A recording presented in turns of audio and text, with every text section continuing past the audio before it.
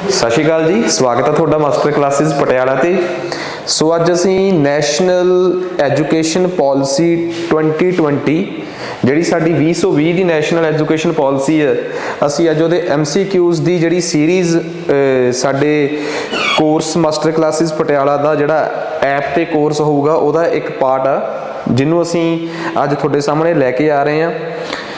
इस लैक्चर च असी पहला तो मैं थोड़ा जिहा क्लीयर करदा कि जदों तुसी साडा कोर्स दे नाल जुड़ोगे तो उहदे च जिहड़ा सैक्शन 1 वाला एनेक्सचर 1 वाला कोर्स आ तुहाडा उहदे च 10 पार्ट ने।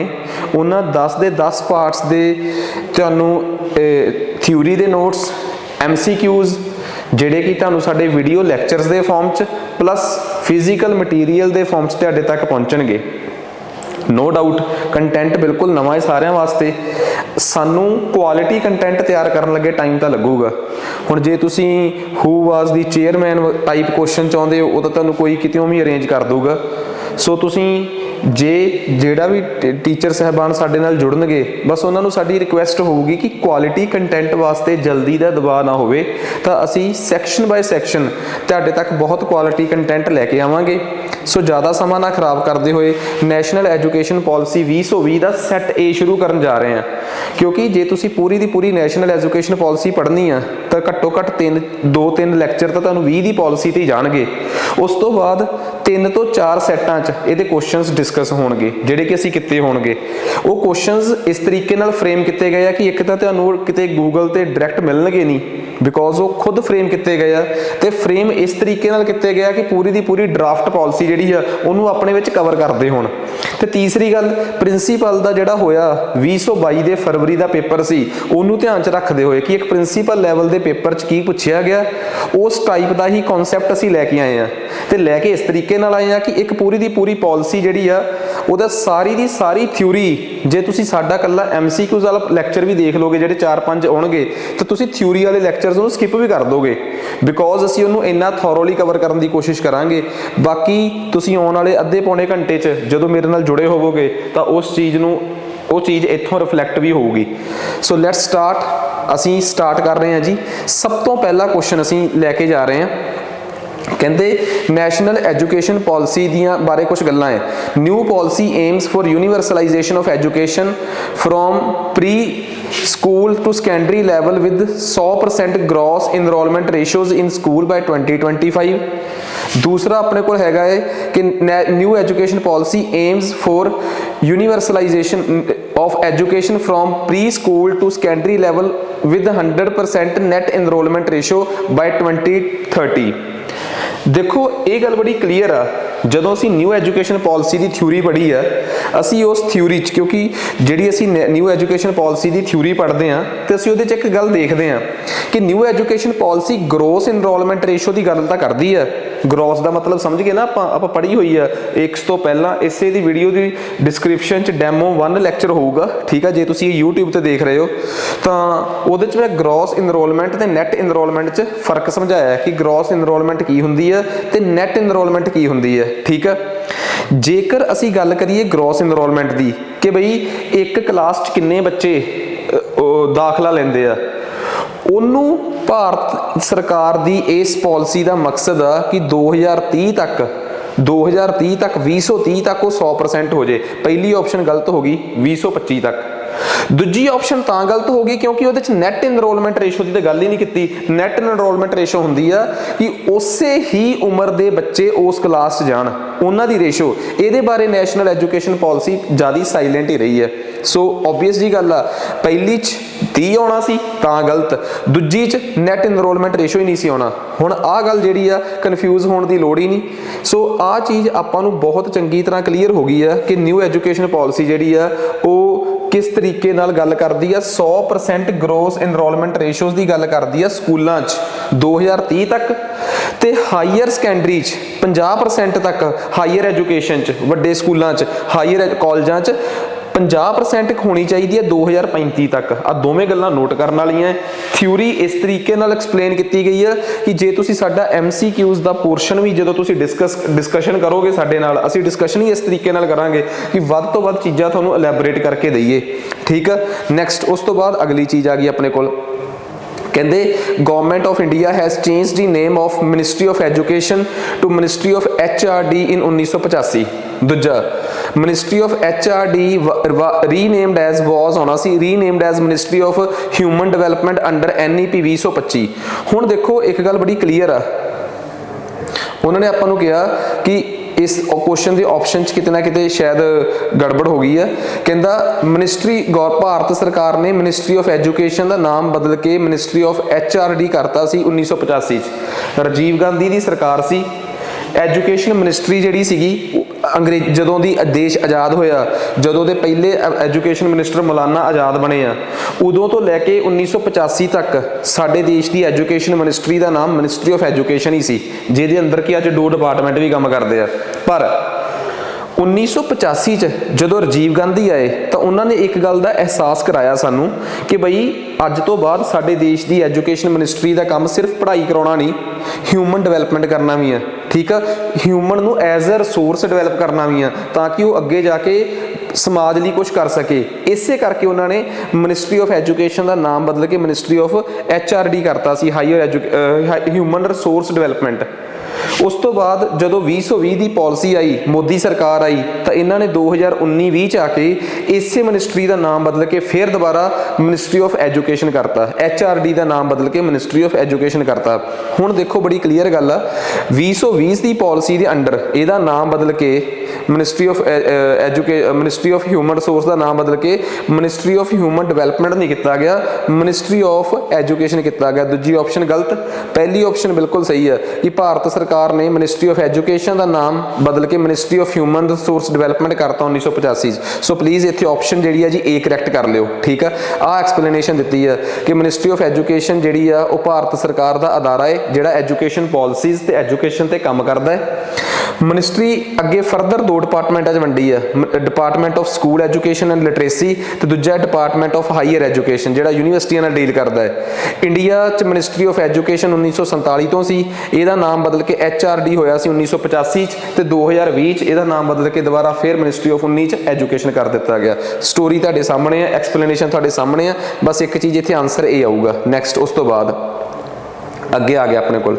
ਹੁਣ ਦੇਖੋ ਸਭ ਤੋਂ ਇੰਪੋਰਟੈਂਟ ਗੱਲ ਇਹ ਆ ਕਿ ਜਦੋਂ ਅਸੀਂ ਥਿਊਰੀ ਨੂੰ ਪੜ੍ਹਦੇ ਆ ਤਾਂ ਇੱਕ ਨਾ ਐਜੂਕੇਸ਼ਨ ਪਾਲਿਸੀ 'ਚ ਸਟਰਕਚਰ ਦੀ ਗੱਲ ਹੋਈ ਆ। ਠੀਕ ਆ, ਕਿ ਮਿਨਿਸਟਰੀ ਆਫ ਐਜੂਕੇਸ਼ਨ 'ਚ ਇੱਕ ਸਟਰਕਚਰ ਬਣਾਇਆ ਗਿਆ ਹੈ ਕਿ ਕਿੰਨੇ ਸਾਲ ਪ੍ਰਾਇਮਰੀ ਚਲਾਉਣੇ, ਫਾਊਂਡੇਸ਼ਨ ਕੋਰਸ, ਕਿੰਨੇ ਸਾਲ ਉੱਪਰਲਾ ਕੋਰਸ, ਫਿਰ ਹਾਇਰ ਕੋਰਸ। ਠੀਕ ਆ, 18 ਸਾਲ ਤੱਕ, 3 ਸਾਲ ਤੋਂ ਲੈ ਕੇ 18 ਸਾਲ ਤੱਕ ਦਾ ਜਿਹੜਾ ਸਾਡਾ ਕੋਰਸ ਆ, ਠੀਕ ਆ, ਉਹਨੂੰ ਕਿਵੇਂ 5+3+3+4 'ਚ ਲਿਖਿਆ ਗਿਆ ਹੈ ਕਿ ਪਹਿਲੇ 5 ਸਾਲ ਫਾਊਂਡੇਸ਼ਨ ਦੇ ਹੋਣਗੇ, ਫਿਰ ਅਗਲੇ 3 ਸਾਲ ਹਾਇਰ ਸਕੂਲਿੰਗ ਦੇ ਹੋਣਗੇ। ਇਸ ਤਰੀਕੇ ਨਾਲ ਪਹਿਲੀ ਆਪਸ਼ਨ ਕਹਿੰਦੀ ਆ ਕਿ 12ਵੀਂ ਤੱਕ ਦਾ ਜਿਹੜਾ ਸਟਰਕਚਰ ਆ ਉਹਨੂੰ ਰੀਸਟਰਕਚਰ ਕਰਕੇ 5+3+4+3 ਕੀਤਾ ਗਿਆ ਹੈ ਤੇ ਇਹ ਸਪੈਸ਼ਲੀ 3 ਤੋਂ 18 ਸਾਲ ਤੱਕ ਦੀ ਬੱਚਿਆਂ ਨੂੰ ਕਵਰ ਕਰਦਾ ਹੈ।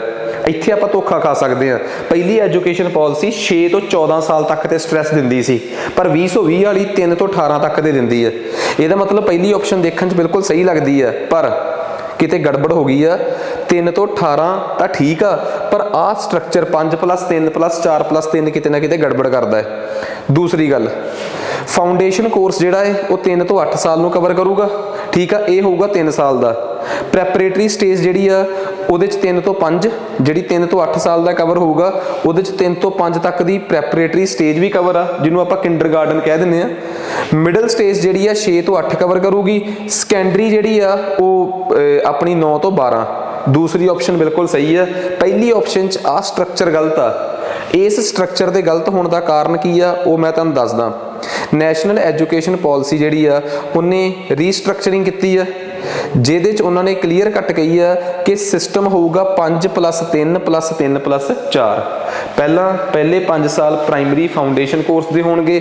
ਠੀਕ ਆ, ਉਸ ਤੋਂ ਬਾਅਦ ਵਾਲੇ ਸਕੂਲਿੰਗ ਦੇ ਹੋਣਗੇ ਸਾਰੇ ਸਾਲ। ਠੀਕ ਆ, ਫਿਰ ਹਾਇਰ ਸਕੂਲਿੰਗ ਦੇ ਹੋਣਗੇ ਲਾਸਟ ਵਾਲੇ 4 ਸਾਲ ਜਿਹੜੇ ਕਿ 9ਵੀਂ ਤੋਂ ਲੈ ਕੇ 12ਵੀਂ ਤੱਕ ਕਵਰ ਕਰਨਗੇ।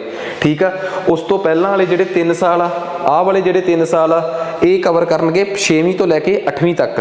ठीक है। उस तो पहले वाले जिहड़े 3 साल आ ये दूजी तो लैके 5वीं तक, ते उस तो पहलां वाले जिहड़े 5 साल आ वो फाउंडेशन कोर्स दे होणगे, बेसिक कोर्स दे होणगे। ये नवीं स्ट्रक्चरिंग आ जिन्हों कि आपां थ्योरी च तां पूरा एलैबोरेट करते हैं, बट इत्थे भी दसना जरूरी है क्योंकि जे आपां MCQs की सीरीज़ चलाई आ तो उहदे च कुछ ना कुछ हद तक एक्सप्लेनेशन तो आनी चाहिए है। बस स्ट्रक्चर च गलती की कर ली, 5 + 3 + 4 + 3 नीगा, 5 + 3 + 3 + 4 आ। ठीक है जी, कॉन्सैप्ट समझो तो पेपर का लैवल समझो कि इस तरीके के सवाल जिहड़े आ जी तुहानूं आउणगे। हुण गल करते हैं आपां अगे, कहंदे न्यू एजुकेशन पॉलिसी की कहती है कि सरकारी पैसा जिहड़ा एजुकेशन च इन्वैसट किया जाऊगा वो अज जिहड़ा हो रहा है 4.5% के नेड़े, इनू वधा के 6% के नेड़े कर दिता जाऊगा। ठीक है ना। दूसरी गल next, the expenditure on the education sector has increased to around 4% in 2019-20। ठीक है, देखो ये गल बड़ी क्लीयर आ, जदों असी इन्वैसटमेंट की गल करते हैं तो एक्सपेंडिचर की गल करते हैं, इन्हां दो गल्लां च बहुत फर्क हुंदा है। इन्वैसटमेंट दे विच पैसा वो भी आ जाता है जिहदे चों कल नूं सरकार ने पैसा बनाउणा है, उहनूं आपां ओवरऑल इन्वैसटमेंट कहने आ।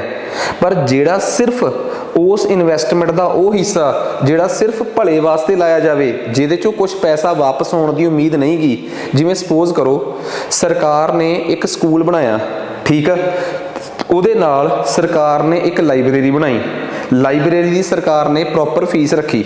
ठीक है जी, जिथे सरकार ने फीस रखी आ उस इन्वैसटमेंट चो पैसा वापस आऊगा, वो इन्वैसटमेंट आ पूरी, पर वह वो हिस्सा जिहड़ा स्कूल ते लाया जिथों शायद कल नूं नवें बच्चे तो जरूर पैदा होणगे, ह्यूमन रिसोर्स तो आऊगा, पर पैसे के तौर पर सरकार नूं कोई बचत नहीं होनी, उहनूं आपां कहंदे आ एक्सपेंडिचर।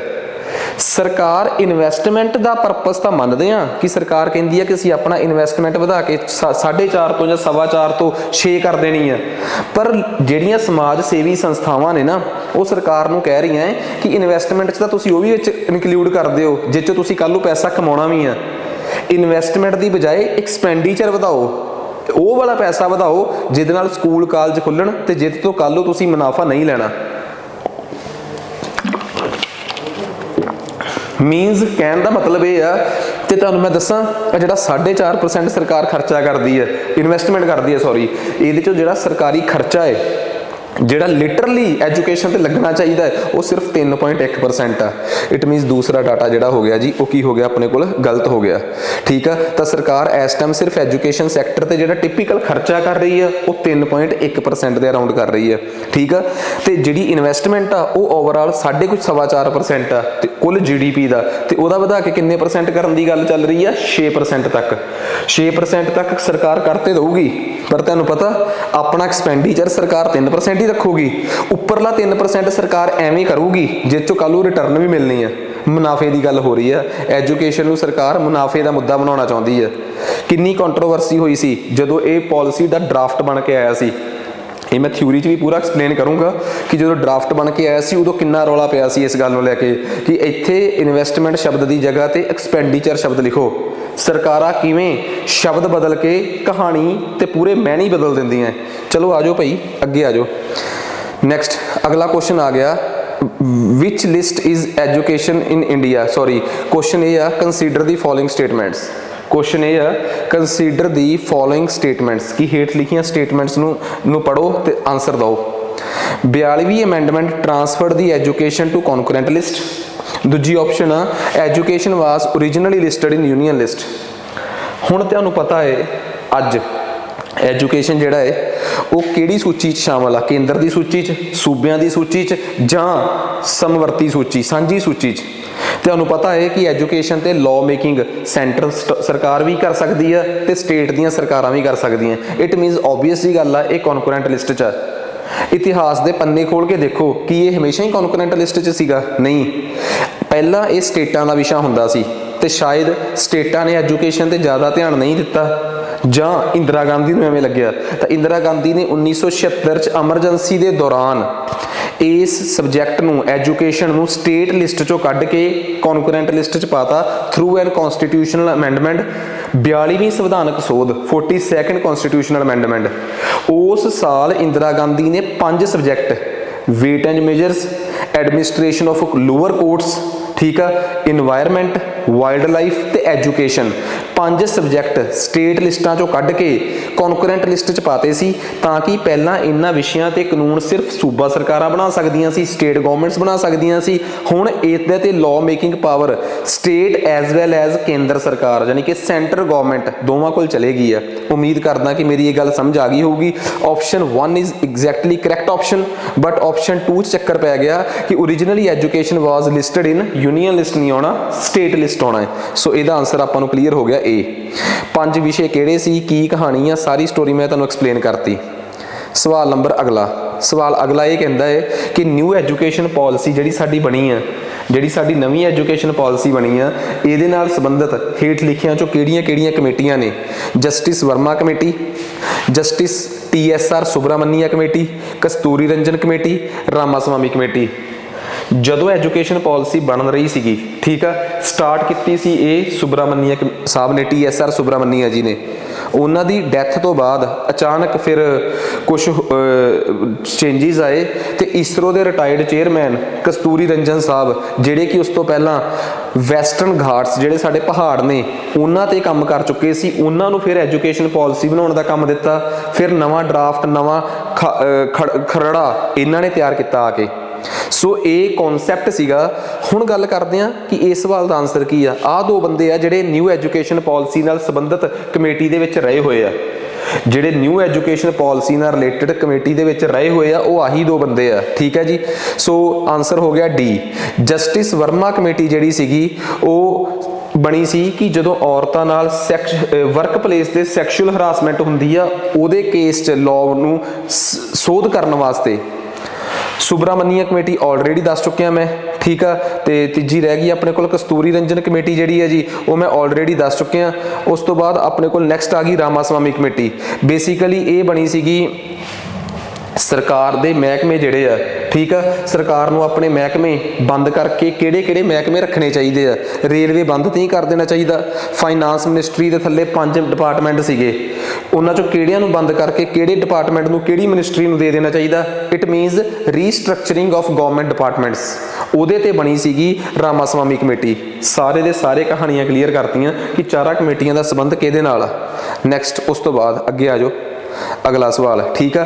ਇਸ ਤਰੀਕੇ ਨਾਲ ਜਿਹੜੀ 2020 ਦੀ ਪਾਲਿਸੀ ਆ, ਇਹਦੇ ਤੇ ਅਸੀਂ ਕੱਲੀ 2020 ਦੀ ਪਾਲਿਸੀ, ਉਹਦੇ ਤੇ 3 ਤੋਂ 4 ਸੈੱਟ, ਫਿਰ 68 ਵਾਲੀ ਪਾਲਿਸੀ ਹੋ ਗਈ, ਉਸ ਤੋਂ ਬਾਅਦ ਆਪਣੀ 86 ਵਾਲੀ ਪਾਲਿਸੀ ਹੋ ਗਈ, ਠੀਕ ਆ।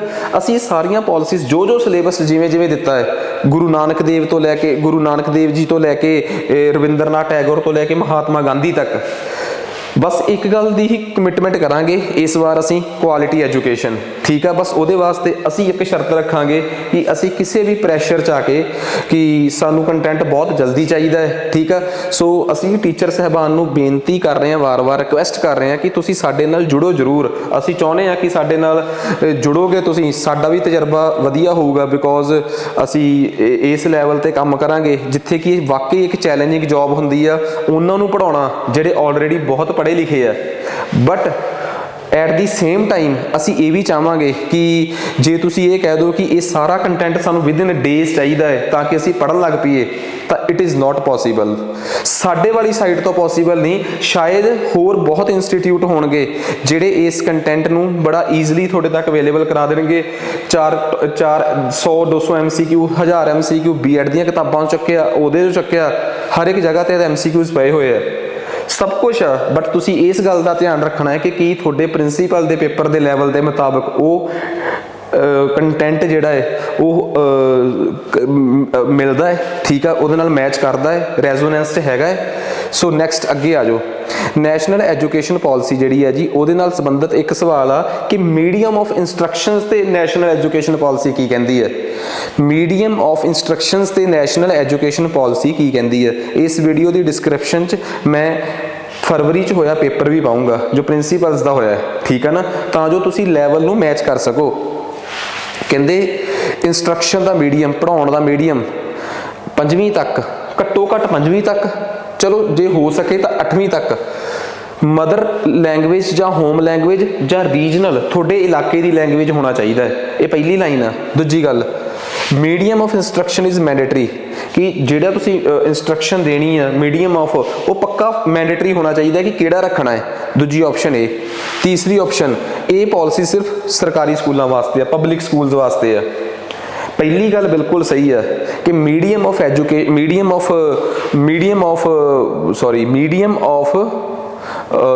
ਇਹ ਪਾਲਿਸੀ ਜਿਹੜੀ ਆ ਇਹਦੇ ਚ ਇੰਸਟਰਕਸ਼ਨਸ ਦੇ ਮੀਡੀਅਮ ਬਾਰੇ ਇਹ ਕਿਹਾ ਗਿਆ ਕਿ 5ਵੀਂ ਤੱਕ ਨਹੀਂ ਤਾਂ ਹੋ ਸਕੇ ਤਾਂ 8ਵੀਂ ਤੱਕ ਬੱਚੇ ਨੂੰ ਆਪਣੀ ਮਾਂ ਬੋਲੀ, ਨਹੀਂ ਮਾਂ ਬੋਲੀ ਤਾਂ ਉਹਦੀ ਇਲਾਕੇ ਦੀ ਬੋਲੀ, ਨਹੀਂ ਉਹ ਤਾਂ ਉਹਦੀ ਸਟੇਟ ਦੀ ਬੋਲੀ 'ਚ ਪੜ੍ਹਾਓ ਤਾਂ ਕਿ ਉਹ ਸੌਖਾ ਸਮਝ ਸਕੇ। ਪਰ ਕੰਪਲਸ਼ਨ ਕੋਈ ਨਹੀਂ। ਕੰਪਲਸ਼ਨ ਇਸ ਕਰਕੇ ਨਹੀਂ ਹੈਗੀ ਬਿਕੋਜ਼ ਇਹ ਚੀਜ਼ ਜਿਹੜੀ ਆ ਇਹਦੇ ਤੇ ਇਹ ਦਬਾਅ ਦੇ ਤੌਰ ਤੇ ਨਾ ਹੋਵੇ। ਪਰ ਹਾਂ ਇਸ ਪਾਲਿਸੀ 'ਚ ਸਰਕਾਰੀ ਤੇ ਪ੍ਰਾਈਵੇਟ ਦੋਵੇਂ ਪ੍ਰਕਾਰ ਦੇ ਸਕੂਲ ਜਿਹੜੇ ਆ ਜੀ ਉਹ ਕਵਰ ਕੀਤੇ ਗਏ ਆ। ਤੀਸਰੀ ਆਪਸ਼ਨ ਬਿਲਕੁਲ ਆਪਣੇ ਕੋਲ ਕੀ ਹੋ ਜਾਂਦੀ ਆ, ਸਹੀ ਹੋ ਜਾਂਦੀ ਆ। ਠੀਕ ਆ। ਨੈਕਸਟ ਤੀਸਰੀ ਆਪਸ਼ਨ ਗਲਤ ਹੋ ਜਾਂਦੀ ਹੈ। ਮੀਡੀਅਮ ਆਫ ਇੰਸਟਰਕਸ਼ਨ ਮੈਂਡੇਟਰੀ ਨਹੀਂ ਹੈਗਾ। ਹਾਂ ਇਹ ਗੱਲ ਸਹੀ ਆ ਕਿ ਗ੍ਰੇਡ 5 ਤੱਕ ਹੋ ਸਕੇ ਤਾਂ 8 ਤੱਕ ਤੁਸੀਂ ਲੋਕਲ ਲੈਂਗੁਏਜ ਨੂੰ ਯੂਜ਼ ਕਰੋ। ਆਹੀ ਕਹਾਣੀ ਇੱਥੇ ਐਕਸਪਲੇਨੇਸ਼ਨ 'ਚ ਲਿਖੀ ਹੋਈ ਹੈ ਕਿ ਇਹਨੂੰ ਸਰਕਾਰੀ ਤੇ ਪ੍ਰਾਈਵੇਟ ਸਕੂਲ ਦੋਵੇਂ ਫੋਲੋ ਕਰਨਗੇ। ਠੀਕ ਆ। Home local language regional language ਨੂੰ ਪੜ੍ਹਾਉਣਾ ਚਾਹੀਦਾ ਹੈ ਕਿਸੇ ਇਲਾਕੇ 'ਚ, ਇਹਨੂੰ ਪ੍ਰੈਫਰ ਕਰੋ। ਨਹੀਂ ਹੋ ਸਕਦਾ ਕੋਈ ਚੀਜ਼ ਫੇਰ ਅੱਗੇ ਦੇਖਾਂਗੇ ਆਪਾਂ, ਪਰ ਇਹ ਮੈਂਡੇਟਰੀ ਨਹੀਂਗਾ ਕਿ ਸਿਰਫ ਤੁਸੀਂ ਉਹਦੀ ਮਦਰ ਲੈਂਗੁਏਜ 'ਚ ਹੀ ਪੜ੍ਹਾਉਣਾ ਹੈ। ਉਹ ਹੋਮ ਲੈਂਗੁਏਜ ਵੀ ਹੋ ਸਕਦੀ ਆ, ਉਹ ਰੀਜਨਲ ਲੈਂਗੁਏਜ ਵੀ ਹੋ ਸਕਦੀ ਆ, ਸਟੇਟ ਲੈਂਗੁਏਜ ਵੀ ਹੋ ਸਕਦੀ ਆ, ਕੁਝ ਵੀ ਹੋ ਸਕਦਾ ਹੈ। ਠੀਕ ਆ। ਸੋ ਇਹ ਸਵਾਲ ਦਾ ਆਨਸਰ ਹੋ ਗਿਆ। ਪਹਿਲੀ ਆਪਸ਼ਨ ਬਿਲਕੁਲ ਸਹੀ ਸੀ, ਦੂਜੀ ਤੇ ਤੀਜੀ ਗਲਤ ਆ। ਪੁੱਛਿਆ ਕੀ ਗਿਆ ਹੈ, ਕਹਿੰਦਾ ਫਾਈਂਡ ਦੀ ਇਨਕਰੈਕਟ ਆਨਸਰ। ਇਨਕਰੈਕਟ ਦੱਸਣਾ ਹੈ ਤੇ ਆਨਸਰ ਆ B 2 ਅਤੇ 3। ਨੈਕਸਟ ਆ ਜਾਓ ਅੱਗੇ। ਸਵਾਲ ਕੀ ਹੈ ਜੀ, ਹੁਣ ਅਗਲਾ ਸਵਾਲ ਆ ਗਿਆ। ਕਹਿੰਦਾ ਨੈਸ਼ਨਲ ਐਜੂਕੇਸ਼ਨ ਪਾਲਿਸੀ। ਤੁਸੀਂ ਇੱਕ ਗੱਲ ਨੋਟਿਸ ਕੀਤੀ ਕਿ ਮੈਂ ਕੀ ਕੀਤਾ ਹੈ, MCQs ਤਿਆਰ ਕਰਨ ਲੱਗੇ ਕਿ ਇੱਕ ਐਜੂਕੇਸ਼ਨ ਪਾਲਿਸੀ ਚੋਂ ਇੱਕ ਟੌਪਿਕ ਤੇ ਕੰਮ ਕੀਤਾ ਹੈ ਕਿ ਵੋਕੇਸ਼ਨਲ ਤੇ ਇੱਕ ਸਵਾਲ ਬਣਾਤਾ ਤਾਂ ਕਿ ਵੋਕੇਸ਼ਨਲ ਨੂੰ ਲੈ ਕੇ ਹਰ ਇੱਕ ਗੱਲ ਦੱਸ ਦਿੱਤੀ ਜਾਵੇ। ਦੂਸਰਾ ਬਣਾਤਾ, ਤੀਸਰਾ ਬਣਾਤਾ, ਚੌਥਾ ਬਣਾਤਾ। ਇਸ ਤਰੀਕੇ ਨਾਲ ਇੱਕ ਪੈਟਰਨ ਫੋਲੋ ਕਰਿਆ ਗਿਆ ਹੈ ਤਾਂ ਜੋ ਨੈਸ਼ਨਲ ਐਜੂਕੇਸ਼ਨ ਪਾਲਿਸੀ ਜਿਹੜੀ ਆ ਉਹ ਤੁਹਾਨੂੰ ਪ੍ਰੋਪਰ ਤਰੀਕੇ ਨਾਲ ਸਮਝ ਆ ਸਕੇ। ਆ ਜਾਓ ਜੀ ਅੱਗੇ। ਕਹਿੰਦਾ ਆਪਾਂ ਨੂੰ ਉਹਨਾਂ ਨੇ ਕਿਹਾ ਹੈ ਕਿ ਵੋਕੇਸ਼ਨਲ ਐਜੂਕੇਸ਼ਨ ਜਿਹੜੀ ਹੈ ਜੀ ਉਹ 8ਵੀਂ ਕਲਾਸ ਤੋਂ ਸਟਾਰਟ ਹੋਊਗੀ, ਪਹਿਲੀ ਗੱਲ। ਦੂਜੀ ਗੱਲ, ministry of education vocational course ਨੂੰ ਲਾਗੂ ਕਰਨ ਵਾਸਤੇ national committee for integration of vocational education ਬਣਾਊਗਾ। ਠੀਕ ਆ। ਜਿਹੜੀ ਕਿ ਇੰਡਸਟਰੀਜ਼ ਦੇ ਨਾਲ ਟਾਈ ਅਪ ਕਰੂਗੀ ਤੇ ਉਹਨਾਂ ਨੂੰ ਪੁੱਛੂਗੀ ਕਿ ਤੁਹਾਨੂੰ ਕਿਹੋ ਜਿਹਾ ਸਟੱਫ ਚਾਹੀਦਾ, ਕਿਹੋ ਜਿਹਾ ਬੱਚਾ ਚਾਹੀਦਾ, ਕਿਹੋ ਜਿਹੇ ਹਿਊਮਨ ਰਿਸੋਰਸ ਚਾਹੀਦਾ ਹੈ, ਸਾਡੇ ਕੋਲੋਂ ਕਿਹੋ ਜਿਹੇ ਕਾਰੀਗਰ ਚਾਹੀਦੇ ਆ, ਉਵੇਂ ਦੇ ਅਸੀਂ ਪੈਦਾ ਕਰਕੇ ਦੇਵਾਂਗੇ। ਕਹਾਣੀ ਸਮਝ ਆ ਗਈ। ਤੀਸਰੀ ਗੱਲ, ਨੈਸ਼ਨਲ ਐਜੂਕੇਸ਼ਨ ਪਾਲਿਸੀ ਦਾ ਮਕਸਦ ਇਹ ਆ ਕਿ ਸਕੂਲਾਂ ਤੇ ਹਾਈਅਰ ਐਜੂਕੇਸ਼ਨ 'ਚ ਕੰਮ ਕਰਨ ਵਾਲੇ ਲੋਕ ਜਿਹੜੇ ਆ, ਪੜ੍ਹਨ ਵਾਲੇ ਲੋਕ ਆ ਜਿਹੜੇ 2025 ਤੱਕ ਉਹਨਾਂ 'ਚੋਂ ਘੱਟੋ ਘੱਟ 50% ਕਾਰੀਗਰ ਬਣ ਕੇ ਨਿਕਲਣ, ਸਕਿਲਡ ਹੋ ਜਾਣ। 50% ਕੀ ਹੋ ਜਾਣ, ਸਕਿਲਡ ਹੋ ਜਾਣ, ਜਿਹੜੇ ਕਿ ਵੋਕੇਸ਼ਨਲ ਐਜੂਕੇਸ਼ਨ ਹਾਸਲ ਕਰ ਸਕਣ। 2025 ਤੱਕ ਜਿੰਨੇ ਬੱਚੇ ਪੜ੍ਹ ਰਹੇ ਆ ਨਾ ਉਹਨਾਂ ਦਾ 50% ਅਸੀਂ ਸਕੂਲਾਂ ਕਾਲਜਾਂ 'ਚ ਹੀ ਕਾਰੀਗਰ ਬਣਾ ਦਈਏ, ਉਹ ਵੀ ਐਵੇਂ ਦੇ ਜਿਹੜੇ ਕਿ ਇੰਡਸਟਰੀ ਦੀ ਡਿਮਾਂਡ ਨੂੰ ਪੂਰਾ ਕਰ ਸਕਣ, ਜਿਹੜੇ ਕਿ ਉੱਥੇ ਜਾ ਕੇ ਫਿਰ ਉਹਨਾਂ ਦੀਆਂ 2-2 3-3 ਸਾਲ ਟ੍ਰੇਨਿੰਗਾਂ ਨਾ ਲਾਈ ਜਾਣ। ਸਮਝ ਗਏ ਨਾ ਗੱਲ। ਇਹ ਵੀ ਗੱਲ ਬਿਲਕੁਲ ਸਹੀ ਹੈ, ਆ ਵੀ ਬਿਲਕੁਲ ਸਹੀ ਹੈ। 6ਵੀਂ ਕਲਾਸ ਤੋਂ ਸ਼ੁਰੂ ਹੋਊਗੀ। ਪੈ ਗਈ ਨਾ ਕੁੰਡੀ। ਕਿੱਡਾ ਇੰਪੋਰਟੈਂਟ ਕੁਐਸਚਨ ਸੀਗਾ। ਆ ਜਾਓ ਹੁਣ D 2 and 3 ਆਰ ਕਰੈਕਟ। ਕਹਿੰਦੇ 2013 ਚ ਉਦੋਂ ਐਜੂਕੇਸ਼ਨ ਮਿਨਿਸਟਰ ਹੁੰਦੇ ਸੀ ਕਪਲ ਸਿੱਬਲ ਸਾਹਿਬ। ਕੌਣ ਸੀਗੇ? ਕਪਲ ਸਿੱਬਲ ਜੀ। ਉਹਨਾਂ ਨੇ 2013 ਚ ਬੈਚਲਰ ਇਨ ਵੋਕੇਸ਼ਨ ਸ਼ੁਰੂ ਕੀਤੀ ਸੀ। 4 ਸਾਲ ਦਾ ਕੋਰਸ ਸੀਗਾ। ਕਹਿੰਦੇ ਉਹ ਚੱਲਦੀ ਰਹੂਗੀ।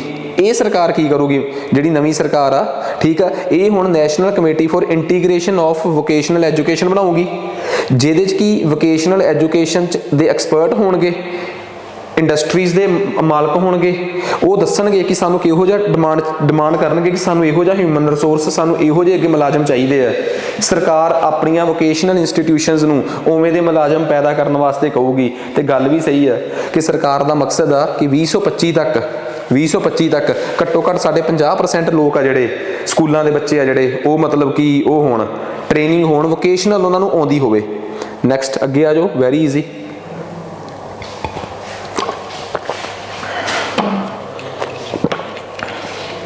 ਸਵਾਲ ਕੀ ਹੈ ਜੀ?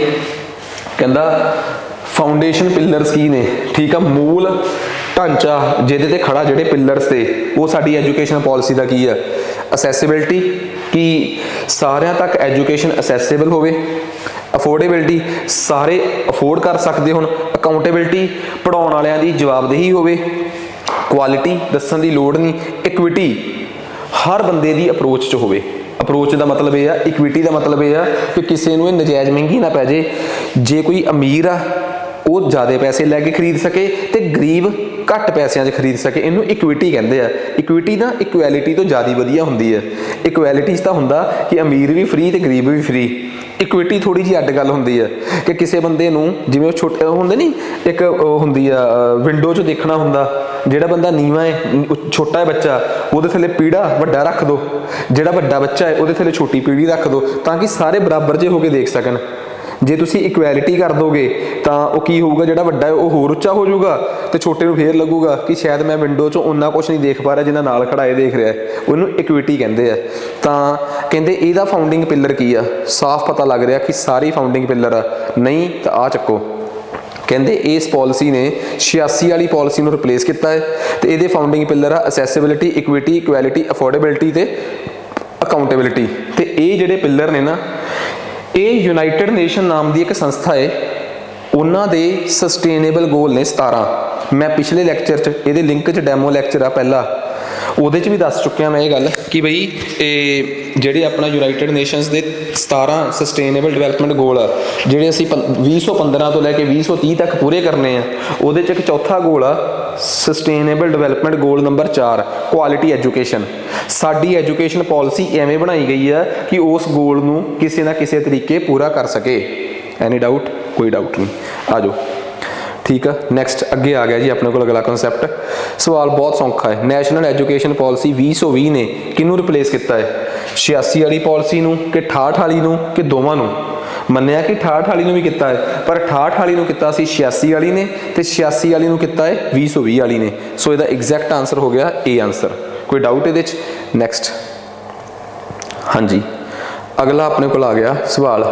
ਕਹਿੰਦਾ ਹੁਣ ਆਹ ਦੇਖੋ ਕਿੱਡਾ ਵੱਡਾ ਸਵਾਲ ਆ, ਠੀਕ ਆ, ਪਰ PPSC ਨੇ ਇਸ ਤਰੀਕੇ ਨਾਲ ਜਲਵਾ ਦਿਖਾ ਰੱਖਿਆ ਹੈ। ਹੁਣ ਮੈਂ ਕੀ ਕਰਾਂ? ਸੇਮ ਸਵਾਲ ਐਵੇਂ ਜਿਹਦੇ PPSC ਨੇ ਪਾਏ ਆ, ਮੈਂ PPSC ਦੇ ਪੇਪਰ 'ਚੋਂ ਤਾਂ ਲਾਸਟ ਵਾਲੇ 2 ਸਵਾਲ ਚੱਕੇ ਆ, ਉਹ ਵੀ ਸਿਰਫ ਦਿਖਾਉਣ ਵਾਸਤੇ।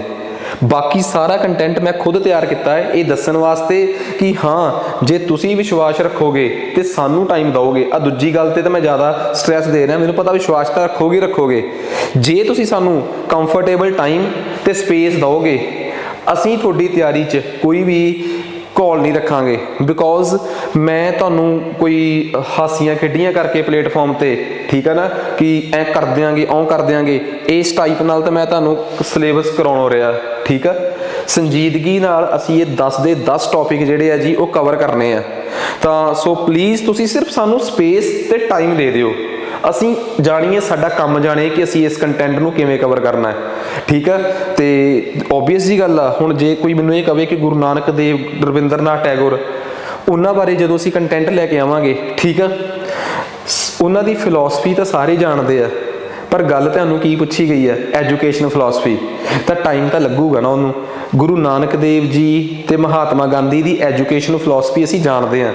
ਰਵਿੰਦਰਨਾਥ ਟੈਗੋਰ ਦੀ ਐਜੂਕੇਸ਼ਨ ਫਿਲਾਸਫੀ ਜਿਹੜੀ ਆ ਉਹ ਕਿੰਨੀ ਜ਼ਿਆਦਾ ਡਿਬੇਟੇਬਲ ਵੀ ਆ, ਤੇ ਉਹ ਕਿੰਨੀ ਵਧੀਆ ਤਰੀਕੇ ਨਾਲ ਤੇ ਕਿੰਨੀ ਸੰਜੀਦਗੀ ਨਾਲ ਤਿਆਰ ਕਰਨੀ ਪਊਗੀ। ਤੁਹਾਡੇ ਚੋਂ ਉਹ ਟੀਚਰ ਸਾਹਿਬਾਨ ਜਾਣਦੇ ਹੋਣਗੇ ਜਿਹੜੇ MA ਐਜੂਕੇਸ਼ਨ ਆ, ਠੀਕ ਆ, ਕਿ ਗੁਰੂ ਨਾਨਕ ਦੇਵ ਦੀ ਐਜੂਕੇਸ਼ਨ ਫਿਲਾਸਫੀ ਜਿਹੜੀ ਆ ਉਹਦੇ ਤੱਕ ਅਸੀਂ ਪਹੁੰਚ ਸਕਦੇ ਹਾਂ, ਅਸੀਂ ਡਿਬੇਟ ਵੀ ਕਰ ਸਕਦੇ ਹਾਂ, ਗੱਲ ਵੀ ਕਰ ਸਕਦੇ ਹਾਂ।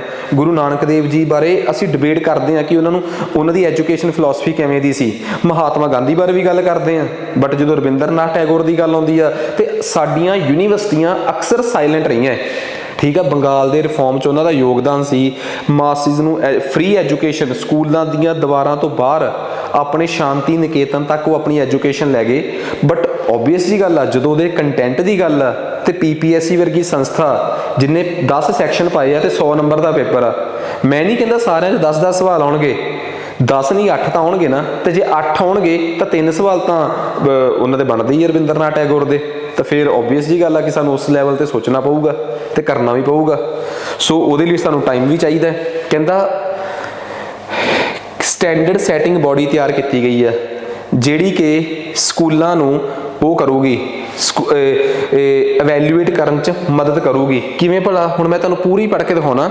Standard setting body for setting norms, standards and guidelines for student assessment and evaluation of all recognized school boards of India, guiding the state achievement survey and undertaking the national achievement survey, monitoring achievement of learning outcome and encouraging and helping school boards to shift their assessment towards meeting the skill requirement of the 21st century।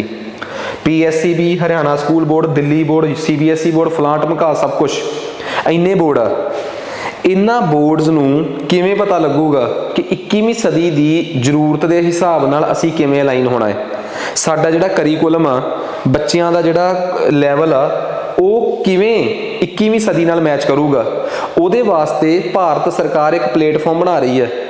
Bharat ਸਰਕਾਰ ਕਹਿੰਦੀ ਹੈ ਕਿ ਇਸ platform ਨੂੰ national level ਤੇ ਕੰਮ ਕਰ ਰਿਹਾ ICSE ਬੋਰਡ, CBSE ਬੋਰਡ ਵੀ ਦੇਖੇ, ਪਲੱਸ ਸਾਰੇ ਸਟੇਟ ਬੋਰਡਸ ਵੀ ਇਹਦੇ ਅਕੋਰਡਿੰਗ ਚੱਲਣ, ਤਾਂ ਕਿ ਉਹ ਆਪਣੀ ਪੜ੍ਹਾਈ ਨੂੰ ਜੋ ਉਹ ਆਪਣੇ ਵੱਖਰੇ ਵੱਖਰੇ ਸਕੂਲਾਂ 'ਚ ਸਕੂਲ ਬੋਰਡਸ ਪੜ੍ਹਾ ਰਹੇ ਆ ਉਹਨੂੰ ਐਵੇਂ ਅਲਾਈਨ ਕਰ ਲੈਣ ਕਿ ਉਹ ਪੜ੍ਹਾਈ, ਉਹ ਕੋਰਸਿਸ ਬੱਚਿਆਂ ਦੇ ਬਿਲਕੁਲ 21ਵੀਂ ਸਦੀ ਦੀ ਜ਼ਰੂਰਤ ਦੇ ਮੁਤਾਬਕ ਢਲ ਜਾਣ।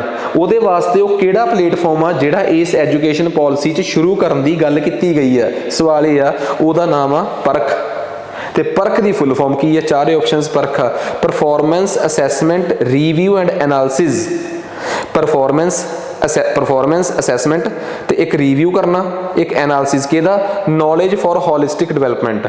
ये है जी उस प्लेटफॉर्म का नाम जिहड़ा प्लेटफॉर्म तैयार किया जा रहा है, जिहदी हैल्प नाल रिस्पैक्टिव स्कूल बोर्ड्स, क्रमवार स्कूल बोर्ड्स आपो अपने विद्यार्थियों का लैवल ਜਾਂ ਆਪਣੇ ਆਪਣੇ ਕੋਰਸਿਸ ਦਾ ਲੈਵਲ ਐਵੇਂ ਦਾ ਸੈੱਟ ਕਰਨਗੇ ਜਾਂ ਦੇਖਣਗੇ ਤਾਂ ਕਿ ਉਹ 21ਵੀਂ ਸਦੀ ਦੀ ਡਿਮਾਂਡ ਨੂੰ ਪੂਰਾ ਕਿਵੇਂ ਕਰ ਸਕਦਾ ਹੈ। ਉਮੀਦ ਕਰਦਾ ਕਿ ਮੇਰੀ ਇਹ ਗੱਲ ਚੰਗੀ ਤਰ੍ਹਾਂ ਸਮਝ ਆ ਗਈ ਹੋਊਗੀ।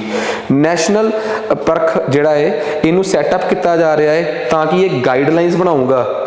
ਇਹ ਕਿਹਦੀਆਂ ਗਾਈਡਲਾਈਨਸ?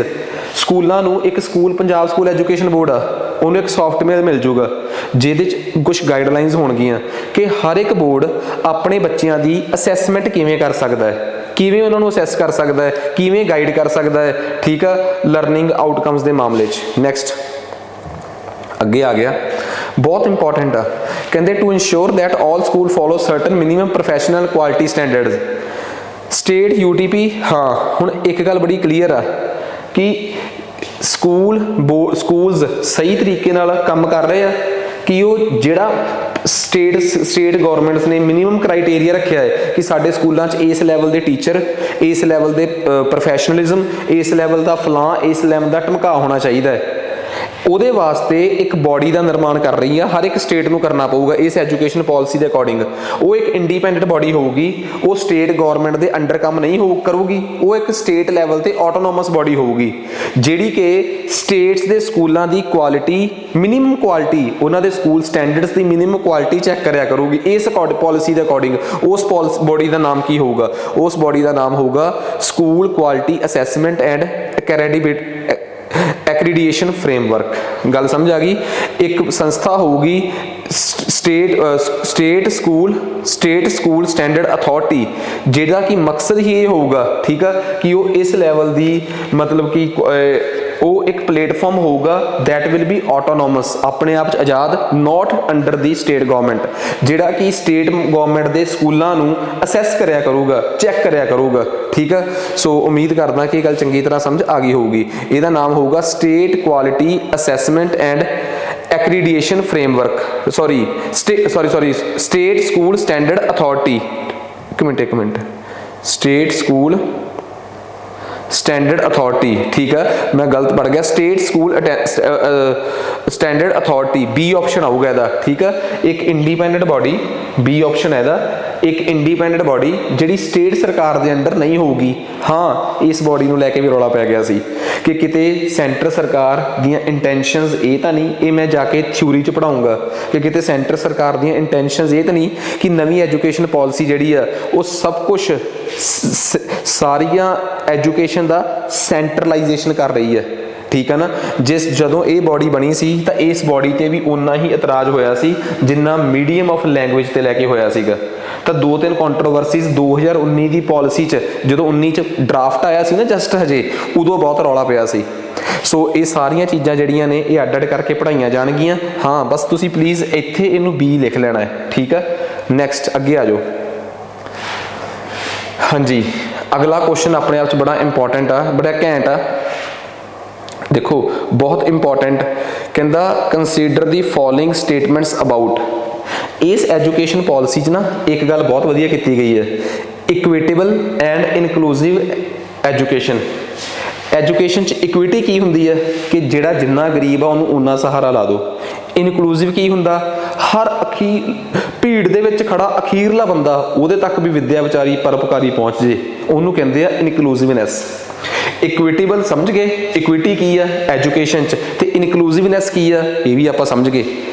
गल सिर्फ ये आ कि इनू लैके की कहा गया, कहंदा हर स्टेट ते जिलियां नूं इनकरेज किया जाऊगा कि वो अपने बच्चों को पढ़ाने वास्ते डे बोर्डिंग का कंसैप्ट लैके आउण ते उन्होंने कहन बाल भवनस। ये पहली ऑप्शन है। दूजी ऑप्शन कहंदा जिहड़ियां स्कूलों का इंफ्रास्ट्रक्चर अनयूटिलाइज रह गया, जिन्हों वरतिया नहीं जा रहा, उन्होंने वॉलंटियर एक्टिविटीज़ वास्ते यूज़ किया जाए स्कूल आवर्स ते स्कूल आवर्स तो बाद, ताकि उन्होंने समाज के किसी चंगे काम लाया जा सके, तो उहदा नाम होगा समाजिक विद्यापीठ। हुण इन्हां चों की गल आ कि ओबवियस जी गल आ, जिहड़े लोग स्कूलों च नहीं आ सकते तो स्कूलों का खराब पिया इंफ्रास्ट्रक्चर उन्हां दे काम आ सके, ठीक है। समाज स्कूलों तक पहुँच सके, जिहड़े बजुर्ग जां होर अपनी एज तो बाहर जा चुके वो भी उत्थे जाके वलंटीयर तौर पर एजुकेशन हासिल कर सकन। जिहड़े बाहर लोग विहले आ जां स्कूल तो बाद जां किसी काम तो बाद कोई नौकरी तो बाद फ्री होके 4 वजे घरे आ जाता है, वो उस स्कूल च एज ए वलंटीयर पढ़ाना चाहता उस जगह पर, तो वो लोगों को इकट्ठे करके उन्होंने पढ़ा सके, तो स्कूल का वो वाला हिस्सा अनयूज इंफ्रास्ट्रक्चर आ वो उन्होंने दे दिता जाए, उन्होंने कहते समाजिक विद्यापीठ का नाम दिता गया। दोवां चों किहड़ी गल सही है? 1 इज़ करैक्ट, 2 इज़ इनकरैक्ट। वजह सब कुछ सही सी दूजे च भी, बट वह नाम आ समाजिक चेतना केंद्र। की नाम आ? समाजिक चेतना केंद्र। हुण देखो तुहानूं हाईलाइट हो गई ना 2 गल्लां, कि एक तो बाल भवनस का नाम आ, एक नाम की है जी समाजिक चेतना केंद्रस। ये 2 चीज़ों की गल एजुकेशन पॉलिसी 2020 की गई है। किड्डी इंपॉर्टेंट गल आ, कॉन्सैप्ट आ, सानू समझ आ जाना चाहिए। नैक्सट उस तो बाद अगे अपने को आ गया अगला क्वेश्चन। हाँ जी, हुण अगे अपने को आ गया अगला क्वेश्चन। क्वेश्चन की कहता है? कहता नैशनल एजुकेशन प्लान है जिहड़ा वो ये कहता है कि हर बच्चा जिहड़ा है ग्रेड 3 का, जिहड़ा तीसरे ग्रेड तक का हर एक बच्चा जिहड़ा है वो बेसिक ABC ते 1-2 तीसरी ग्रेड तक का हर एक बच्चा ABC ते ग्रेड A समझ ले 2030 तक। ये भारत सरकार की इस एजुकेशन पॉलिसी का मकसद है। This is option 1। गल समझ आ गई ना? बेसिक लिटरेसी एंड न्यूमरेसी का मतलब होंदा ABC ते 1 2 3 वो 2030 तक सीख ले ग्रेड 3 का बच्चा। दूजी ऑप्शन आ गई, कहते अर्ली चाइल्डहुड केयर ते एजुकेशन जिहड़ी आ उहदी एज 3 तो 6 साल रखी गई है। Early childhood care and education, early childhood care एक पार्ट ते एजुकेशन दूसरा पार्ट, ठीक है। इनू कहते हैं ECCE, डबल हो गई ना चीज़। दोवें ऑप्शनस गलत ने। दोवें ऑप्शनस क्यों गलत ने? कहते भारत सरकार का इस पॉलिसी च मिशन आ कि 2025 तक तीसरे ग्रेड का हर एक बच्चा ABC ते 1-2 की गिनती जानता होवे। ये 2030 तक का नहीं, 2025 तक का टारगेट आ। ते दूजी ऑप्शन जिहड़ा मैं तुहानूं दस्सिया है कि अपना early child care and education, ये 3 तो 5 साल नहीं, 6 साल नहीं, 3 तो 8 साल का टारगेट है। पहले 3 साल अर्ली चाइल्ड केयर, 3 तो 6 साल तक, ते अगले 2 साल तक प्राइमरी एजुकेशन जिहड़ी बेसिक प्राइमरी फाउंडेशन आ। तो ये 5 साल जिहड़े पहले आ, ये जिहड़े पहले 5 साल आ, याद आ 5 + 3 + 3 + 4, ये पहले 5 सालों की गल की गई है। 3 तो 8 साल तक के बच्चे की, ठीक है। फिर 8 तो 11 साल तक के बच्चे की, फिर 11 तो 14 साल तक के बच्चे की, फिर 14 तो 18 साल तक के बच्चे की। किवें उन्होंने पहले 5 साल वाला जिहड़ा कॉन्सैप्ट सीगा उहदे चों उलझा के सवाल पूछ लिया। समझ गए ना? ये सारा कुछ थ्योरी पढ़ी होगी, फटाफट तुहाडे ये MCQs निकलते जाणगे।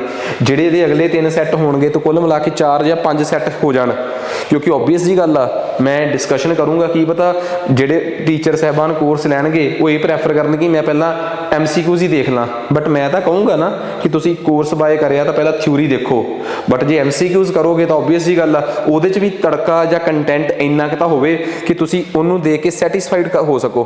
ठीक है, सवाल की है अपने कोल, ये आ गया अपने कोल, कहता लैंगुएजिस बारे नैशनल एजुकेशन पॉलिसी च क्या विचार पेश किए गए हैं, किनू लैके, लैंगुएजिस नू लैके। पहली गल कहते ये एक भारत श्रेष्ठ भारत इनिशिएटिव में प्रमोट करती है, मिनिस्ट्री ऑफ कल्चर आ साडी एक, उहदा ना एक मकसद आ कि साडा सारा भारत एक दिसे। ये जिहड़ी साडी रूलिंग पार्टी BJP आ उहदा भी एक एजेंडा है अखंड भारत। चंगा माड़े की गल नहीं हुंदी है, एजेंडा एजेंडा एजेंडा हमेशा माड़ा नहीं हुंदा, एजेंडा नैगेटिव ते पॉजिटिव कुछ भी हो सकता है। तो ये उसे दा एक भारत आ, एक भारत श्रेष्ठ भारत। नैक्सट अगे आ गया अपने को, कहता 3 लैंगुएज फार्मूला जोड़ा है उन्होंने बड़ी फ्लैक्सीबिलिटी का यूज़ किया गया। 3 लैंगुएज फार्मूला एजुकेशन पॉलिसी की थ्योरी बहुत वधिया समझाऊंगा मैं कि 3 लैंगुएज फार्मूला की है। हाँ कि थोड़ी इंग्लिश, हिंदी ते तीजी थोड़ी रीजनल लैंगुएज, और रीजनल लैंगुएज थोड़े अपने इलाके की होवे जां नॉर्थ वालियां ते साउथ दी ते साउथ वालियां ते नॉर्थ दी। लंबी कहानी है, मैं इत्थे नहीं दस सकदा, बट हाँ इन्ना जरूर आ कि फ्लैक्सीबल तरीके नाल 3 लैंगुएज फार्मूले नूं यूज़ करन दी गल कही गई है। ये 3 लैंगुएज फार्मूला भी एक बहुत वड्डी कॉन्ट्रोवर्सी सीगी एजुकेशन पॉलिसी दी। जिन्हां ने मेरी गल समझ आ रही है वो उही होणगे जिहड़े लगातार तैयारी करते हो, लगातार पिछले 3-4 साल तो तैयारी कर रहे होणगे ते उन्होंने अक्सर ये सारियां गल्लां खबरां च सुनियां भी होणगियां। अगे आ जाओ, क्लासिकल लैंगुएजिस भी स्कूल च एज ऑप्शन होगी। भारत सरकार ने 2004 तो क्लासिकल लैंगुएजिस का कंसैप्ट शुरू किया सीगा, 2004 तो।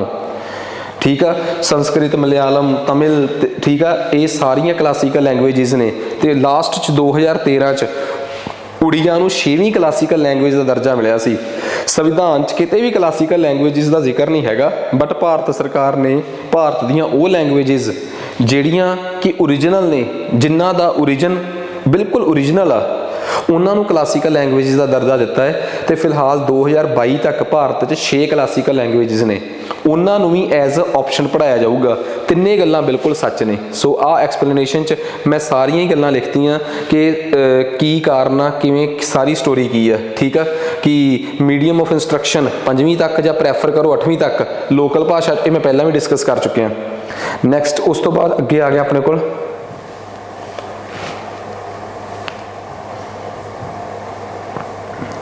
हाँ अगे अपने को आ गया नैशनल एजुकेशन पॉलिसी 2020। जी नैशनल एजुकेशन पॉलिसी 2020 है, ये एक gender inclusion fund for female and transgender students वास्ते एक जेंडर इनकलूजन फंड यूज़ शेयर बनाया गया है। तो एक स्पैशल एजुकेशन जोन्स, जिमें साडे देश स्पैशल इकनॉमिक जोन्स आ ना, उवें स्पैशल एजुकेशन जोन्स बनाई जा रही हैं जिथे बहुत ज़्यादा SCDGs रह रहे हैं। वो तुहाडे पेपर्स तो यह भी हो सकता कि कहेंगे कि एजुकेशन पॉलिसी च एक टर्म यूज़ हुई है SCDGs, दसो उसका मतलब की है, फुल फॉर्म की है। वो आए हुए पेपर च है क्वेश्चन इहो जिहे टाइप, दोवें गल्लां बिल्कुल सही है। हुण दोवें गल्लां क्यों सही ने, पहला स्टोरी सुनो। कहते एजुकेशन पॉलिसी का एक मकसद इक्विटेबल एंड इनकलूसिव एजुकेशन देना भी है। क्वालिटी भी लिखिया, इक्विटेबल याद आ, इनकलूसिव सारिਆਂ ਨੂੰ, क्वालिटी मतलब टॉप लैवल की, कुड़ियां नूं भी ट्रांसजेंडर्स नूं भी।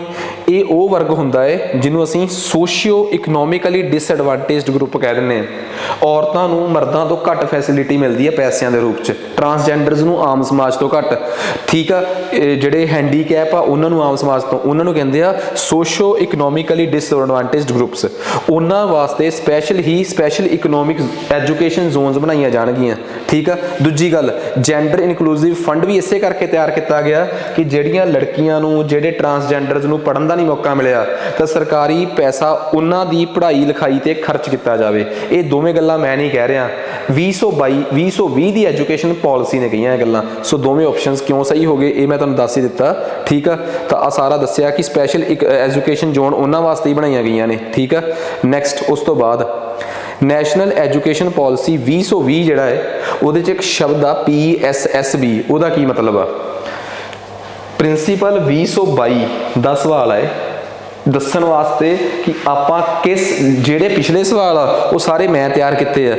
ਚਾਹੁੰਦਾ ਤਾਂ ਮੈਂ ਇਹ ਵੀ ਨਹੀਂ ਸੀ ਪਾਉਂਦਾ, ਬਟ ਮੈਂ ਤਾਂ ਪਾਏ ਆ ਕਿ ਤੁਹਾਨੂੰ ਫੀਲ ਹੋਵੇ ਕਿ ਹਾਂ ਯਾਰ ਵਾਕਈ ਇੱਕ ਪੈਟਰਨ 'ਚ ਸਵਾਲ ਆ ਰਹੇ ਆ ਤੇ ਉਸੇ ਪੈਟਰਨ ਦੇ ਸਵਾਲ ਪੇਪਰ 'ਚ ਵੀ ਆਉਣਗੇ। ਅਸਲ 'ਚ ਟੀਚਰਸ ਦੀ ਕੁਆਲਿਟੀ ਵਧਾਉਣ ਵਾਸਤੇ, ਟੀਚਰਸ ਦਾ ਪੱਧਰ ਚੱਕਣ ਵਾਸਤੇ ਇੱਕ ਬੋਰਡ ਬਣਾਇਆ ਗਿਆ, ਇੱਕ ਬੋਡੀ ਬਣਾਈ ਗਈ ਹੈ ਪ੍ਰੋਫੈਸ਼ਨਲ ਸੈਟ ਸਟੈਂਡਰਡ ਬੋਡੀ, ਜਿਹੜੀ ਦਾ ਮਕਸਦ ਹੋਊਗਾ ਕਿ NCTE national council for teacher education ਨੂੰ ਰੀਸਟਰਕਚਰ ਕਰਕੇ ਇਸ ਬੋਡੀ 'ਚ ਬਣਾਇਆ ਜਾਊਗਾ। ਟੀਚਰਸ ਨੂੰ ਮਲਟੀ ਡਿਸਪਲਿਨਰੀ ਬਣਾਇਆ ਜਾਵੇ, ਮੀਨਸ ਕਿ ਇੱਕ ਟੀਚਰ ਸਾਰੇ ਟਾਸਕ ਕਰ ਸਕੇ। 2030 ਤੱਕ ਦਾ ਇਹ ਮਕਸਦ ਆ। ਉਸ ਮਕਸਦ ਨੂੰ ਪੂਰਾ ਕਰਨ ਵਾਸਤੇ ਟੀਚਰਸ ਦਾ 4 ਈਅਰ B.Ed ਕੋਰਸ, ਤਾਂ ਕਿ ਉਹ 12ਵੀਂ ਤੋਂ ਬਾਅਦ ਹੀ B.Ed 4 ਈਅਰ B.Ed ਕੋਰਸ ਕਰ ਸਕਣ, ਐਜੂਕੇਸ਼ਨ ਦੇ ਵਿੱਚ ਬੈਚਲਰਸ ਕਰ ਸਕਣ, ਠੀਕ ਆ, ਤਾਂ ਕਿ ਉਹਨਾਂ ਨੂੰ ਮਲਟੀ ਡਿਸਪਲਿਨਰੀ ਤਿਆਰ ਕੀਤਾ ਜਾਵੇ। ਜਿਵੇਂ ਇੱਕ ਇੰਜੀਨੀਅਰ ਤਿਆਰ ਹੋ ਜਾਂਦਾ ਹੈ, MBBS ਡਾਕਟਰ ਆਪਣੇ ਕੰਮ 'ਚ ਇੱਕ ਪ੍ਰੋਫੈਸ਼ਨਲ ਤਿਆਰ ਹੋ ਜਾਂਦਾ ਹੈ, ਉਵੇਂ ਹੀ ਇੱਕ ਡੈਡੀਕੇਟਡ ਕੋਰਸ ਐਜੂਕੇਸ਼ਨ ਨੂੰ ਕਿਉਂ ਨਾ ਦਿੱਤਾ ਜਾਵੇ। ਕਿਉਂ ਕਿਹਾ ਜਾਵੇ ਕਿ 3 ਸਾਲ ਦੀ BSc ਕਰਕੇ 2 ਸਾਲ B.Ed ਲਾ ਲਓ, ਐਵੇਂ ਥੋੜਾ ਹੋਊਗਾ। ਫਿਰ ਇੱਕ ਡੈਡੀਕੇਟਡ ਟੀਚਰ ਸ਼ਾਇਦ ਤਿਆਰ ਨਹੀਂ ਹੋ ਰਿਹਾ ਹੋਊਗਾ, ਠੀਕ ਆ। ਮੈਂ ਕਿਸੇ ਦੇ ਕਾਬਲੀਅਤ ਤੇ ਕਿੰਤੂ ਪਰੰਤੂ ਨਹੀਂ ਕਰ ਰਿਹਾ, ਬਟ ਸਰਕਾਰ ਨੂੰ ਇਸ ਕੰਮ 'ਚ ਸੁਧਾਰ ਦੀ ਲੋੜ ਮਹਿਸੂਸ ਹੋਈ ਆ, ਤਾਂ ਹੀ ਸਰਕਾਰ ਨੇ ਆ ਸਾਰਾ ਸਟਰਕਚਰ ਤਿਆਰ ਕੀਤਾ ਹੈ, ਪ੍ਰੋਫੈਸ਼ਨਲ ਸਟੈਂਡਰਡ ਸੈਟਿੰਗ ਬੋਡੀ। ਉਮੀਦ ਕਰਦਾ ਕਿ ਕਹਾਣੀ ਬੜੀ ਸਮਝ ਆਈ ਗਈ ਹੋਊਗੀ। ਅਗਲਾ ਸਵਾਲ, which of the following is guiding principle of national education policy 2020? ਸਿੱਧਾ ਸਵਾਲ ਉਸੇ ਦਾ ਹੀ ਹੈ, ਇਸੇ ਪੇਪਰ ਦਾ। ਕਹਿੰਦਾ ਬ੍ਰੇਨ ਡਰੇਨ ਨੂੰ ਰੋਕਣਾ, ਸਾਰੇ ਲੈਵਲ ਦੇ ਐਜੂਕੇਸ਼ਨਸ ਦੀ ਪੂਰੀ ਤਰੀਕੇ ਨਾਲ ਕ੍ਰਿਟੀਕਲ ਅਸੈਸਮੈਂਟ ਹੋਵੇ, ਕਿ ਜਿਹੜੀ ਸਾਡੀ ਪੈਡਾਗੋਜੀ ਆ, ਪੜ੍ਹਾਉਣ ਦਾ ਤਰੀਕਾ ਹੈ, ਉਹ ਸਾਰੇ ਲੈਵਲ ਤੇ ਕਨਸੈਪਚੁਅਲਾਈਜ਼ ਕੀਤਾ ਜਾਵੇ, ਕਿ ਸਾਰੇ ਲੈਵਲ ਦੇ ਜਿਹੜੀ ਐਜੂਕੇਸ਼ਨ ਆ, ਵਿਦਿਆ ਦਾ ਜਿਹੜਾ ਲੈਵਲ ਆ, ਉਹਨੂੰ ਸਿਨਰਜੀ, એનર્ਜੈਟਿਕ ਤੇ ਯੂਸਫੁਲ ਬਣਾਇਆ ਜਾ ਸਕੇ। ਜੇ ਤਾਂ ਤੁਸੀਂ ਇਹਨਾਂ ਚਾਰਾਂ ਦੀ ਪੰਜਾਬੀ ਸਮਝ ਲਈ, ਫਿਰ ਤਾਂ ਸਭ ਤੋਂ ਵੱਧ ਆਪਸ਼ਨ ਏ ਨੇੜੇ ਲੱਗਦਾ ਹੈ, ਤੇ ਗੱਲ ਵੀ ਸਹੀ ਹੈ। Synergy in curriculum across all levels of education, ਕਿੱਡਾ ਅਪਰੋਚ, ਕਿੰਨੇ ਚਾਰੇ ਆਪਸ਼ਨਸ ਨੇੜੇ ਲੱਗਦੇ ਆ। ਕੋਈ ਦੱਸ ਸਕਦਾ ਕਿ ਕਿਵੇਂ? ਜਿਹੜਾ ਨੈਸ਼ਨਲ ਐਜੂਕੇਸ਼ਨ ਪਾਲਿਸੀ ਨੂੰ ਥੋਰੋਲੀ ਪੜੂਗਾ ਨਾ, ਉਹੀ ਇਸ ਸਵਾਲਾਂ ਦੇ ਆਪਸ਼ਨਸ ਤੱਕ ਪਹੁੰਚ ਸਕਦਾ ਹੈ। PSSSB ਕਿਸੇ ਨੇ ਟੱਚ ਵੀ ਨਹੀਂ ਸੀ ਕਰਨਾ ਕਈ ਵਾਰ, ਠੀਕ ਹੈ ਨਾ। ਜਦੋਂ ਅਸੀਂ ਵਨ ਲਾਈਨਰ ਟਾਈਪ ਦੇ ਕਨਸੈਪਟ ਤੇ ਜਾਂਦੇ ਆ, ਤਾਂ ਇਹ ਹੋ ਗਿਆ ਜੀ ਆਪਣਾ ਕਿ policy believes that education system must develop good human beings with rational thinking, compassion, empathy, courage, resilience, scientific temper, creative imagination and ethical values. So ਇਹਦਾ ਮਕਸਦ, ਗਾਈਡਿੰਗ ਪ੍ਰਿੰਸੀਪਲ ਹੀ ਕੀ ਹੈ? Synergy in curriculum across all levels of education. ਇਸ line ਤੇ ਵੀ question ਬਣ ਸਕਦਾ ਹੈ। ਸੋ ਮੇਰੇ ਕਹਿਣ ਦਾ ਮਤਲਬ ਇਹ ਆ ਕਿ ਸਾਡੀ ਇਹ ਕੋਸ਼ਿਸ਼ ਰਹੂਗੀ ਆਉਣ ਵਾਲੇ ਕੁਝ ਸਮੇਂ ਤੱਕ, ਠੀਕ ਆ। ਜਿਹੜੇ ਟੀਚਰ ਸਾਹਿਬਾਨ ਸਾਡੇ ਨਾਲ ਜੁੜਨਾ ਚਾਹੁੰਦੇ ਆ ਨਾ, ਉਹਨਾਂ ਵਾਸਤੇ ਮੈਂ ਇੱਕ ਤਰੀਕਾ ਜਿਹੜਾ ਸਭ ਤੋਂ ਵਧੀਆ ਹੈ, ਆਹ ਸਾਡਾ ਨੰਬਰ ਆ, ਠੀਕ ਆ। ਜੇ ਤੁਸੀਂ ਇਸ ਨੰਬਰ ਤੇ 80584 80544 00797 ਤੇ ਤੁਸੀਂ ਸਾਨੂੰ WhatsApp ਤੇ ਹਾਈ ਲਿਖ ਕੇ ਵੀ ਭੇਜੋਗੇ ਨਾ, ਤਾਂ ਤੁਹਾਨੂੰ ਸਾਡੇ ਵੱਲੋਂ ਇੱਕ ਮੈਸੇਜ ਜਾਊਗਾ, ਜਿਹਦੇ 'ਚ ਇੱਕ ਵੀਡੀਓ 'ਚ ਅਸੀਂ ਆਪਣਾ ਸਿਲੇਬਸ ਡਿਸਕਸ਼ਨ ਕੀਤੀ ਹੋਈ ਹੈ, ਤੇ ਉਹਦੇ ਨਾਲ ਹੀ ਅਸੀਂ ਆਪਣਾ ਉੱਥੇ ਡੈਮੋ 1, ਡੈਮੋ 2, ਡੈਮੋ 3 ਥੱਲੇ ਸਾਡੀ ਐਪ ਦਾ ਲਿੰਕ ਹੋਊਗਾ, ਮਾਸਟਰ ਕਲਾਸਿਸ ਪਟਿਆਲਾ ਦਾ, ਠੀਕ ਆ। ਤੁਸੀਂ ਉਸ ਐਪ ਨੂੰ ਕਿਵੇਂ ਆਈਫੋਨ ਤੇ ਕਿਵੇਂ ਐਂਡਰੋਇਡ ਤੇ ਡਾਊਨਲੋਡ ਕਰ ਸਕਦੇ ਹੋ। ਉਸ ਤੋਂ ਬਾਅਦ ਤੁਸੀਂ ਇਸੇ ਨੰਬਰ ਤੇ ਤੁਸੀਂ ਕਾਲ ਕਰਕੇ ਸਾਡੇ ਨਾਲ ਕੰਟੈਕਟ ਵੀ ਕਰ ਸਕਦੇ ਹੋ, ਠੀਕ ਆ। ਜੋ ਵੀ ਤਰੀਕੇ ਨਾਲ, ਜਿਸ ਪਾਲਿਸੀ ਦੇ ਤਹਿਤ ਅਸੀਂ ਪੜ੍ਹਾਉਣਾ ਹੋਊਗਾ, ਅਸੀਂ ਉਹ ਤੁਹਾਡੇ ਨਾਲ ਜ਼ਰੂਰ ਡਿਸਕਸ ਕਰਾਂਗੇ। ਤਾਂ ਅਸੀਂ ਕਿਸ ਕਨਸੈਪਟ ਨਾਲ, ਸਾਰੀਆਂ ਕਲਾਸਿਸ ਸਕਰੀਨ ਤੇ ਹੋਣਗੀਆਂ, ਠੀਕ ਆ। ਟੀਚਰ ਸਾਹਮਣੇ ਖੜ ਕੇ ਪੜ੍ਹਾ ਰਿਹਾ ਹੋਊਗਾ, ਤੇ ਪੜ੍ਹਾਉਣ ਦਾ ਲੈਵਲ ਆਹੀ ਹੋਊਗਾ, ਇਸੇ ਹੀ ਤਰੀਕੇ ਨਾਲ ਤੁਹਾਨੂੰ ਕੁਆਲਿਟੀ। ਬਸ ਮੈਂ ਤੁਹਾਡੇ ਤੋਂ ਇੱਕੋ ਹੀ ਗੱਲ ਆ ਕਿ ਇੱਕ ਸਾਨੂੰ ਸਪੇਸ ਤੇ ਇੱਕ ਸਾਨੂੰ ਸਮਾਂ, ਠੀਕ ਆ। ਇਹ ਮੈਂ ਇਸ਼ਾਰੇ 'ਚ ਇਹ ਕਹਿਣ ਦੀ ਕੋਸ਼ਿਸ਼ ਕਰ ਰਿਹਾ ਕਿ ਅਸੀਂ ਨਹੀਂ ਚਾਹੁੰਦੇ ਕਿ ਸਾਡੇ ਨਾਲ ਬਹੁਤ ਸਾਰੇ ਟੀਚਰ ਸਹਿਬਾਨ ਜੁੜਨ, ਬਸ ਅਸੀਂ ਚਾਹੁੰਦੇ ਆ ਕਿ ਜਿਨ੍ਹਾਂ ਨੂੰ ਸਾਡੇ ਤੇ ਵਿਸ਼ਵਾਸ ਆ ਤੇ ਉਹ ਸਾਡੇ ਤੋਂ 2 ਚੀਜ਼ਾਂ ਸਾਨੂੰ ਦੇ ਸਕਦੇ ਆ, ਤਾਂ ਬਸ ਅਸੀਂ ਉਹ ਚਾਹੁੰਦੇ ਆ, ਤਾਂ ਕਿ ਅਸੀਂ ਬਾਕੀਆਂ ਦੀ ਕੁਆਲਿਟੀ ਨਾਲ ਕੰਪਰੋਮਾਈਜ਼ ਨਾ ਕਰ ਸਕੀਏ, ਠੀਕ ਆ। ਜੇ ਤੁਸੀਂ YouTube ਤੇ ਜਾ ਕੇ ਮੇਰੇ ਇਸੇ ਪਲੇਟਫਾਰਮ ਤੇ ਮੇਰੀਆਂ ਬਣਾਈਆਂ ਬਾਕੀ ਵੀਡੀਓਜ਼ ਦੇਖੋ, ਤਾਂ ਤੁਹਾਨੂੰ ਇਹ ਗੱਲ ਸਮਝ ਆਊਗੀ ਕਿ ਚਾਹੇ ਸਾਡਾ ਪੰਜਾਬ ਦਾ ਲੈਕਚਰ ਆ, ਚਾਹੇ ਕੋਈ ਵੀ ਲੈਕਚਰ ਆ, ਅਸੀਂ ਉਹਨਾਂ ਚਿਰ ਬਹੁਤ ਰੀਜਨਲ ਕੰਮ ਕਰਦੇ ਆ ਜਿੰਨਾ ਚਿਰ ਸਾਡੇ ਤੇ ਐਸਪੀਰੈਂਟਸ ਵੱਲੋਂ ਪ੍ਰੈਸ਼ਰ ਨਹੀਂ ਹੁੰਦਾ। ਪੇਪਰ ਉਸੇ ਹਿਸਾਬ ਨਾਲ ਹੀ ਆਉਣਾ ਹੈ, ਜਿਵੇਂ PPSC ਦੇ ਬਾਕੀ ਪੇਪਰ ਹਜੇ ਪਏ ਆਉਣ ਵਾਲੇ, ਤਾਂ ਤੁਹਾਡਾ ਪੇਪਰ ਕੋਈ ਬਹੁਤੀ ਜਲਦੀ ਤਾਂ ਲੈਣੋਂ ਰਹੇ। ਬਹੁਤ ਜਲਦੀ ਸਿਲੇਬਸ ਦੇਣ ਦਾ ਮਕਸਦ ਇਹ ਆ ਕਿ ਘੱਟੋ ਘੱਟ ਤੁਸੀਂ ਆਪਣੀ ਤਿਆਰੀ ਕਰ ਸਕੋ।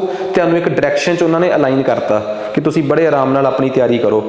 ਜਿਹੜਾ ਪੇਪਰ 2 ਮਹੀਨਿਆਂ ਦੇ ਅੰਦਰ ਅੰਦਰ ਆਉਣਾ ਹੁੰਦਾ ਨਾ, ਉਸ ਪੇਪਰ ਦੀ ਪਹਿਲਾਂ ਹੀ ਇੰਟੀਮੇਟਡ ਡੇਟ ਦੇ ਦਿੰਦੇ ਆ ਟੈਂਟੇਟਿਵਲੀ ਲਿਖ ਕੇ। ਜਿਵੇਂ ਪ੍ਰਿੰਸੀਪਲਸ ਦਾ ਜਿਹੜਾ ਪੇਪਰ ਸੀ ਜਿਹਦੀ ਨੋਟੀਫਿਕੇਸ਼ਨ ਦਸੰਬਰ 'ਚ ਆਈ ਸੀ, ਉਹਦੀ ਟੈਂਟੇਟਿਵ ਡੇਟ ਫਰਵਰੀ 2022 ਪਾਤੀ ਸੀ ਉਹਨਾਂ ਨੇ। ਠੀਕ ਆ, ਐਨਾਲਿਸਟ ਦੀ ਟੈਂਟੇਟਿਵ ਡੇਟ ਜਨਵਰੀ 2022 ਪਾਤੀ ਸੀ। ਉਹ ਦੱਸਤਾ ਸੀ ਉਹਨਾਂ ਨੇ ਕਿ ਅਸੀਂ 1.5 ਮਹੀਨੇ ਬਾਅਦ ਪੇਪਰ ਲੈ ਲਾਂਗੇ। ਕੋਆਪਰੇਟਿਵ ਇੰਸਪੈਕਟਰ ਦੀ ਕੋਈ ਟੈਂਟੇਟਿਵ ਡੇਟ ਨਹੀਂ ਪਾਈ ਸੀਗੀ, ਉਹ ਵੀ ਪੇਪਰ ਦਸੰਬਰ 'ਚ ਆਇਆ ਸੀਗਾ। ਮਕਸਦ ਸਾਫ਼ ਸੀ ਕਿ ਪੇਪਰ ਲੇਟ ਲੈਣਾ ਹੈ। ਸੇਮ ਟੈਂਟੇਟਿਵ ਡੇਟ ਚਾਹੁੰਦੇ ਤਾਂ ਤੁਹਾਡੀ ਇਸ ਵਾਰ ਪਾ ਸਕਦੇ ਸੀ। ਮੀਨਸ ਕਿ ਪੇਪਰ ਲੇਟ ਹੋਊਗਾ, ਬਟ ਇੰਨਾ ਵੀ ਲੇਟ ਨਹੀਂ, ਤੁਹਾਡੇ ਕੋਲ ਸਫੀਸ਼ੀਐਂਟ ਟਾਈਮ ਹੋਊਗਾ। ਸਾਡੇ ਨਾਲ ਜੁੜ ਕੇ ਤਿਆਰੀ ਕਰੋ, ਚਾਹੇ ਕਿਤੇ ਵੀ ਕਰੋ, ਪਰ ਤਿਆਰੀ ਚੰਗੀ ਹੋਣੀ ਚਾਹੀਦੀ ਹੈ। ਉਮੀਦ ਕਰਦੇ ਹਾਂ ਕਿ ਇਹ ਟੈਸਟ ਲੈਕਚਰ ਸਹੀ ਹੋਊਗਾ। ਅੱਜ ਵਾਸਤੇ ਇੰਨਾ ਹੀ ਬਹੁਤ ਆ। ਧੰਨਵਾਦ।